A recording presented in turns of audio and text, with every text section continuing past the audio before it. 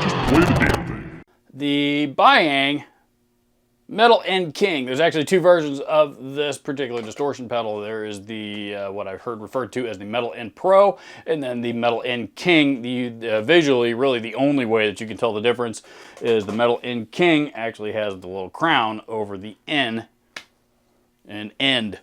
That's visually the only difference that that there is between the two. Beyond that, everything is identical. You know, sonically, the difference between the two is the Metal End King actually uses higher end upgraded components on the inside, theoretically producing a better overall tone.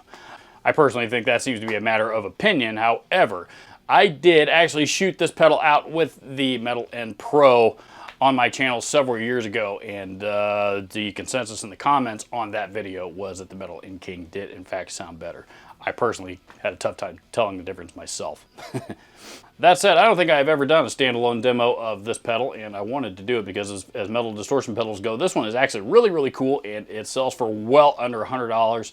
It is a really good value, and here's why. You got yourself your traditional level and distortion and 3-band EQ controls. It also has a what they call a mid-freak control, which is the basically it's the equivalent to the mid-frequency selection knob that you find on like the Metal Zone and various other high-gain distortion pedals.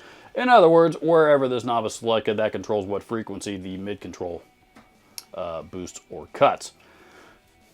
Also has a bright switch, which you can switch down from normal, bright, or warm modes. It's got a high cut switch. It has a modern, normal, or classic mode, and over here on the far left, it actually has an amp simulator switch.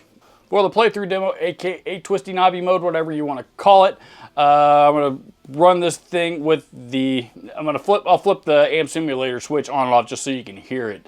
But I'm going to run it into the front end of the Wong's HD30, not because the amp and the pedal are by the same company. It just happens to be the amp that I happen to be using here recently, and it won.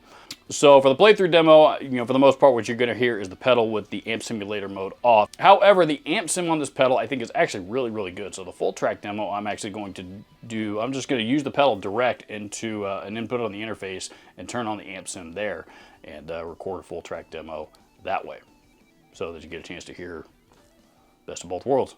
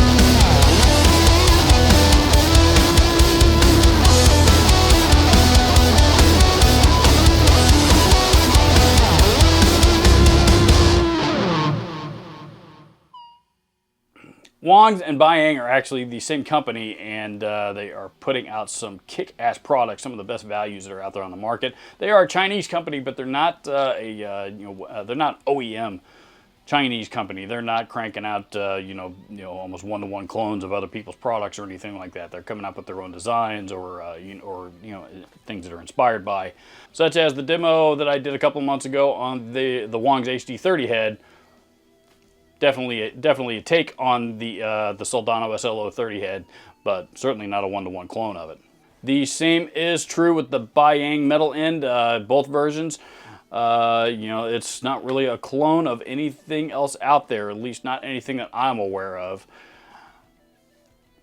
And I've played a whole hell of a lot of metal distortion pedals in my day.